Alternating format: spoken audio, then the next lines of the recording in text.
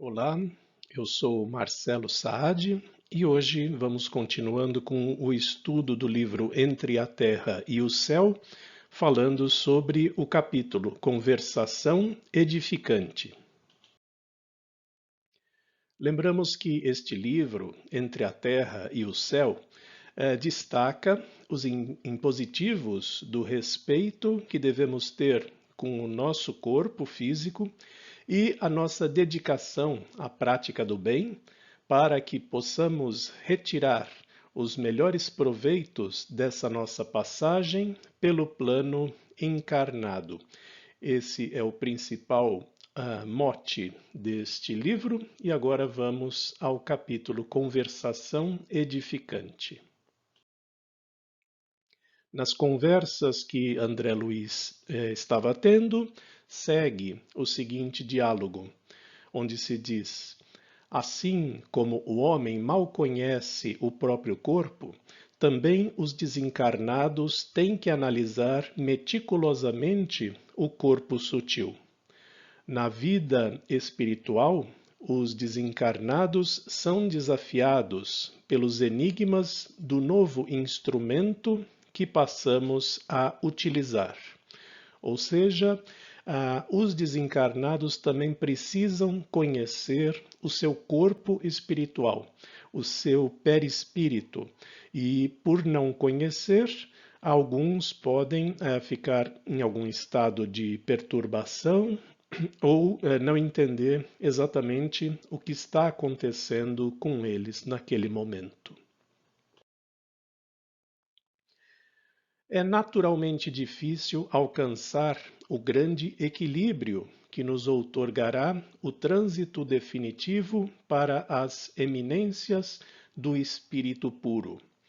Para que tivéssemos na Terra um corpo tão aprimorado, a sabedoria divina despendeu milênios de séculos, usando os multiformes recursos da natureza.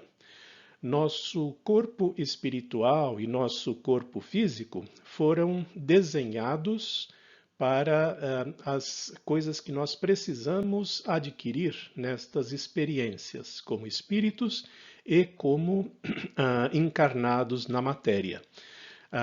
Por isso é que nós temos esses corpos, o corpo perispirítico e o corpo físico, com tais características.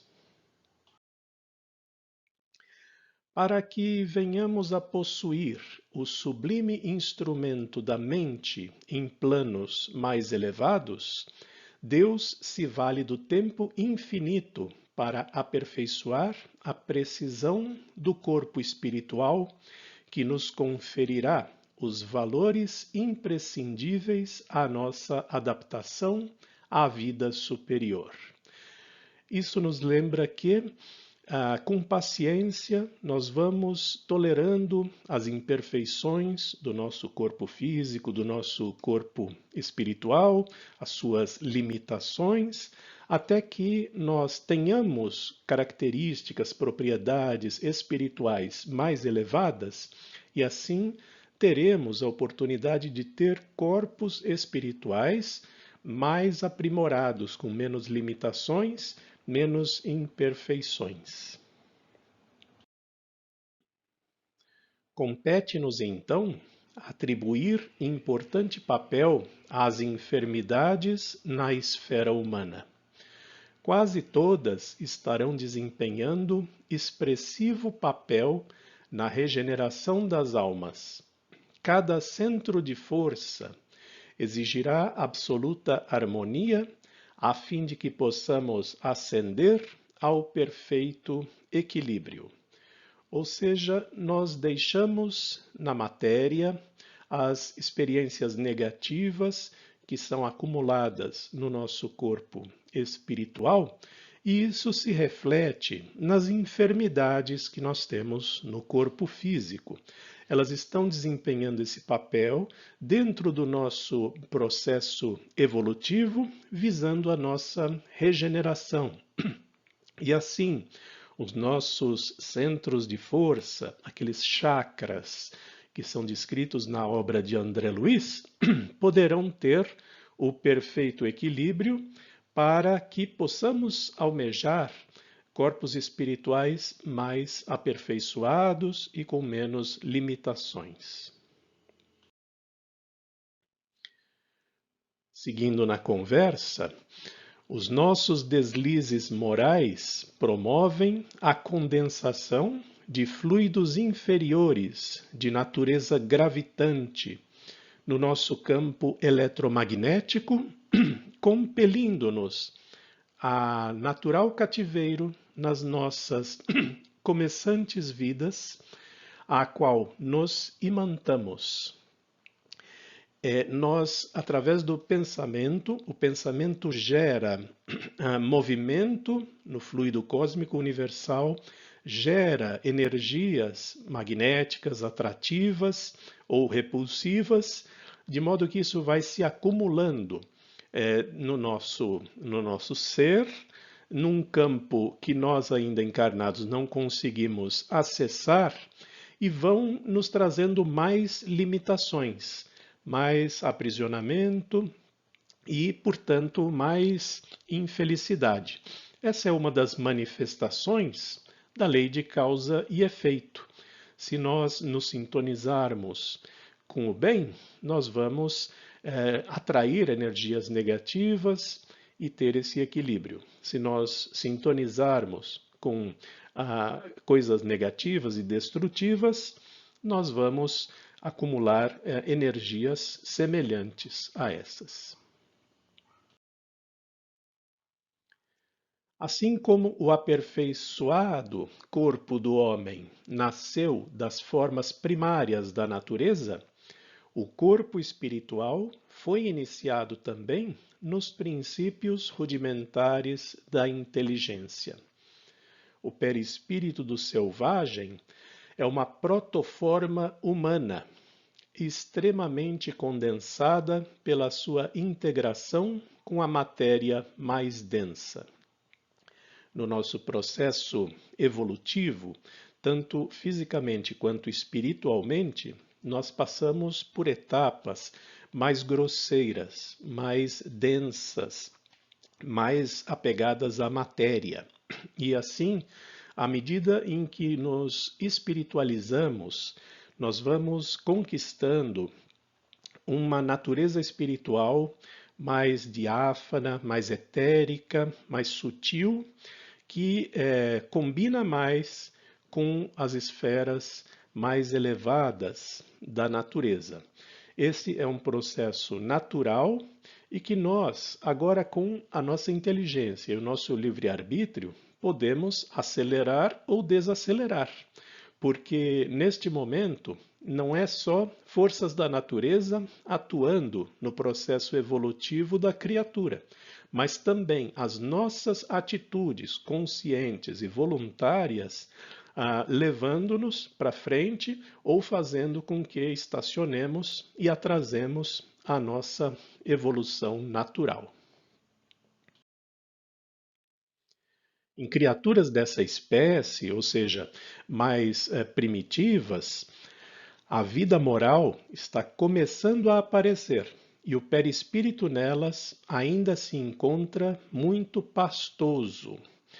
Por esse motivo, permanecerão muito tempo na escola da experiência, como o bloco de pedra rude sob marteladas, antes de oferecer de si mesmo a obra-prima. Nessas etapas pelas quais todos nós já passamos no nosso processo evolutivo, a criatura ainda está muito ligada à matéria, pouco ligada à sua dimensão espiritual e, portanto, ela tem pouco a fazer, estando dessa forma um pouco mais passiva nesse processo, como esse bloco de pedra vai recebendo as marteladas da natureza, dos nossos mentores, e eles é que têm um papel maior nessa etapa. Como o nosso desenvolvimento moral ainda está muito rudimentar, nosso livre-arbítrio também está um pouco limitado. Então, nós pouco podemos fazer nessa etapa pela nossa evolução.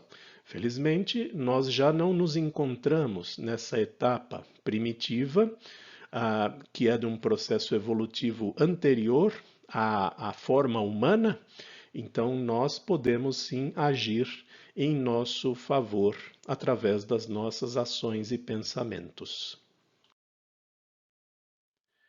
Despenderão séculos e séculos para se refazerem, usando múltiplas formas, de modo a conquistarem as qualidades superiores que lhes conferirão novas possibilidades de crescimento consciencial. O instinto e a inteligência pouco a pouco se transformam em conhecimento e responsabilidade. Mesmo nessa nossa etapa de evolução, no processo humano, onde nós já estamos, nós ainda estamos em fase de aperfeiçoamento. Então, essa cena que está sendo mostrada aqui é do filme Nosso Lar, que mostra uma sessão em que os espíritos, ali no plano espiritual, estão recebendo uma visualização de uma entidade que está num plano muito superior, que não é visível normalmente mesmo aos espíritos. Quer dizer, só quando os espíritos se colocam numa posição receptiva e especial, eles podem entrar em contato com esferas mais elevadas da existência, de modo que eles podem até receber uma mensagem desses seres que já estão muito adiantados. Isso nos lembra que o processo evolutivo não termina com a forma espiritual humana. Nós ainda temos muitos outros reinos para conquistar, muitas outras esferas na espiritualidade. O espírito humano, então, é uma das etapas. Em algum momento, nós vamos não depender dessa forma espiritual humana e vamos ascender a esses planos mais elevados ainda. Semelhante renovação outorga ao ser equipamentos de manifestação mais avançados. O prodigioso corpo físico do homem foi erigido pacientemente no curso dos séculos, e o delicado veículo do espírito vem sendo construído, célula a célula, na esteira dos milênios. Nosso corpo físico é uma cópia do nosso corpo espiritual, do nosso perispírito, que tem as características necessárias ao nosso momento evolutivo. Num momento em que tivermos características morais, espirituais mais elevadas, teremos então corpos que atenderão essas novas aquisições que nós temos. De certo, a medicina escreveria gloriosos capítulos na Terra, sondando com mais segurança os problemas e as angústias da alma. Um dia, o homem ensinará ao homem que a cura de todos os males reside nele próprio. A percentagem quase total das enfermidades humanas guarda origem no psiquismo. Está mostrando aqui a evolução que a medicina vai seguir, eventualmente, para chegar numa contemplação mais abrangente do ser humano, incluindo a sua dimensão espiritual e estudando bem como os processos da consciência afetam o corpo físico. Mas isso será uma etapa futura da medicina. Por enquanto, nós entendemos pouco dessas coisas e às vezes nós nos entregamos a exageros, como pensando que o câncer foi criado por mim mesmo, porque eu não gosto de mim, ou uma doença autoimune foi criada por mim. porque eu sou um desequilibrado. Esses são pensamentos errôneos que só trazem culpa ao enfermo. Estamos falando aqui de uma compreensão prática e aplicada sobre esses processos de interação da mente, espírito e corpo, coisa que nós teremos mais para o futuro.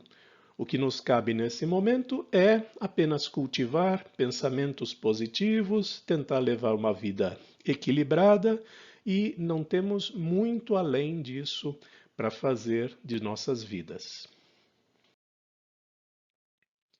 Orgulho, vaidade, tirania, egoísmo, preguiça e crueldade são vícios da mente, gerando perturbações e doenças em seus instrumentos de expressão.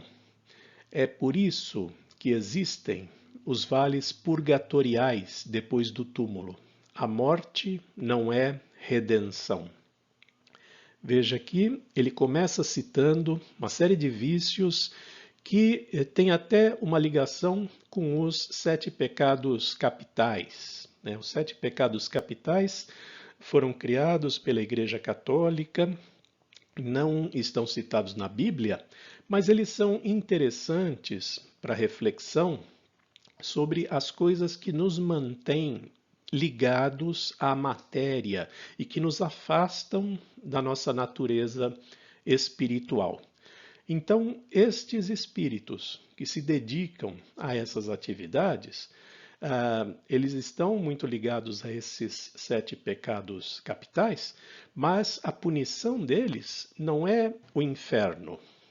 Não são pecados no sentido de condenação a um inferno, mas sim elementos que nos brutalizam e que, depois da morte, nos levam para dimensões mais grosseiras da existência espiritual. Portanto, nós continuamos a ser, depois da morte, aquilo que nós cultivamos durante a vida. O pássaro doente não deixa a condição de enfermo apenas por se lhe arrebente a gaiola. O inferno é uma criação de almas desequilibradas que se ajuntam, assim como o charco é uma coleção de núcleos lodacentos que se congregam uns aos outros. Quando nós morremos, nós deixamos o corpo físico, mas a nossa mente, as nossas atitudes, a nossa inclinação continua a ser a mesma de quando nós estávamos encarnados.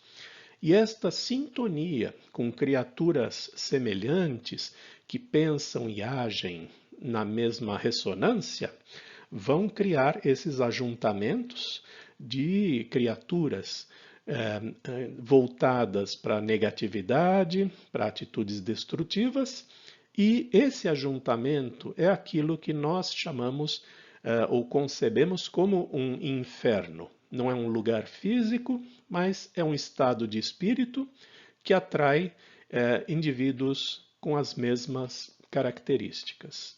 Então, esse é um local que não é um local físico restrito, mas sim uma condição em que existe, eventualmente, um sofrimento, né, decorrente deste tipo de atitude.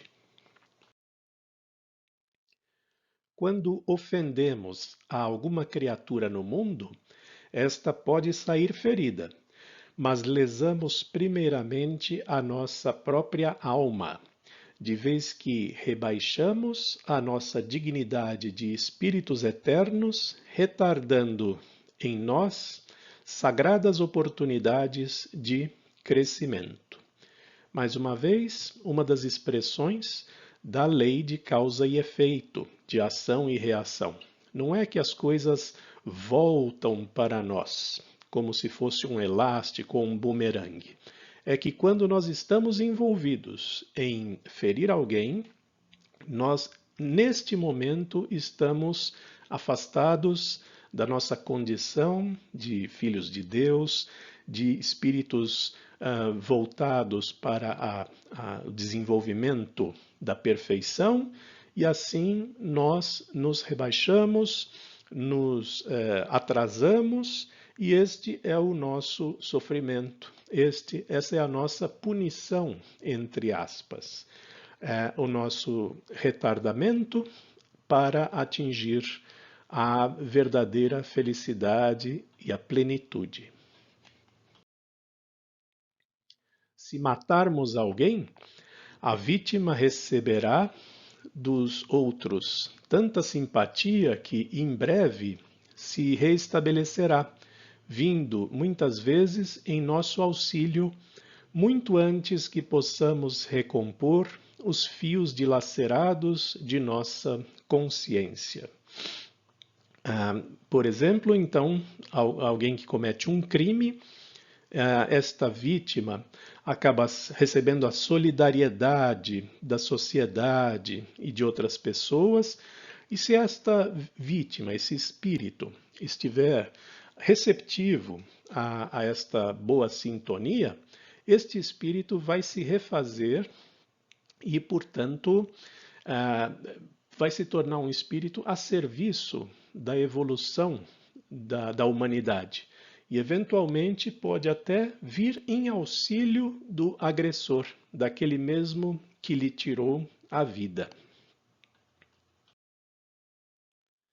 A enfermidade, como desarmonia espiritual, sobrevive no perispírito. As moléstias, conhecidas ou desconhecidas no mundo, por muito tempo persistirão nas esferas torturadas da alma, conduzindo-nos ao reajuste. Todas as vezes que nós, encarnados, cultivamos uma atitude degenerativa, algo que desequilibra a nossa mente, a nossa estrutura, isso persiste gravado no perispírito, de modo que, após a morte do corpo, continuaremos a apresentar aquelas mesmas condições que foram criadas por nós mesmos na nossa existência material. E isso, eventualmente, poderá acompanhar o espírito no seu processo reencarnatório, levando a algumas doenças na vida física seguinte.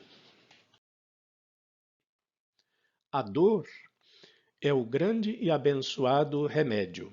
Reeduca-nos à atividade mental, reestruturando as peças de nossa instrumentação e polindo os fulcros anímicos de que se vale a nossa inteligência para desenvolver-se na jornada para a vida eterna. Através da dor, nós conseguimos parar um pouco, analisar as nossas atitudes, verificar o que nós podemos fazer em nosso benefício, mas para isso precisamos estar abertos, com a mente aberta, porque senão vamos sentir a dor e vamos apenas nos revoltar, nos sentir injustiçados e com esses pensamentos negativos. Assim, a transformação não se opera. A dor só vai poder beneficiar aquele que estiver realmente aberto à reflexão e aberto à sua dimensão espiritual para perceber que aquele é um momento de parada, de reflexão, de mudança de atitude. Depois de Deus, a adversidade é a única força capaz de alterar o rumo de nossos pensamentos, compelindo-nos a indispensáveis modificações, com vistas ao plano divino a nosso respeito, de cuja execução não podemos fugir sem graves prejuízos para nós mesmos. Deus nos deixa com o nosso livre-arbítrio e nos deixa nessa condição de aprendizes, para que nós encontremos o nosso aprendizado. E os obstáculos, essa adversidade, é que vão moldando as nossas atitudes. Então, todos nós, aqui na Terra, somos indivíduos que ainda não sabem usar muito bem o seu livre-arbítrio. Por isso é que estamos todos juntos na mesma experiência, sofrendo aí as mesmas limitações e adversidades como seres humanos. O objetivo disso é que nós comecemos a usar o nosso livre-arbítrio de uma maneira cada vez mais refinada, de uma maneira cada vez mais voltada às coisas construtivas e integradas ao desenvolvimento humano. É assim que nós vamos aproveitando a experiência que as dificuldades da vida vai nos trazendo. E para finalizar, apenas uma lembrança da condição espiritual dos nossos corpos físico e etéricos. Vamos lembrar, porque foi citado muitas vezes neste capítulo, a parte do corpo espiritual, a parte do corpo físico. Então, relembrando, os encarnados têm principalmente estas instâncias de existência. A mais à esquerda, nós estamos vendo o espírito propriamente. O espírito não tem forma, é pensamento puro, é energia pura, é como se fosse uma chama. Então, o espírito não consegue interagir diretamente com a matéria. Por isso, ele precisa do perispírito, o seu corpo espiritual, para que possa, então, passar pela matéria e passar pela encarnação. Temos ali um apêndice que é o corpo mental no perispírito. O corpo mental é algo diferente do perispírito, mas está tão integrado ao perispírito que alguns mencionam como se fosse uma camada do perispírito. Mas não é. Na verdade, ele é uma instância separada.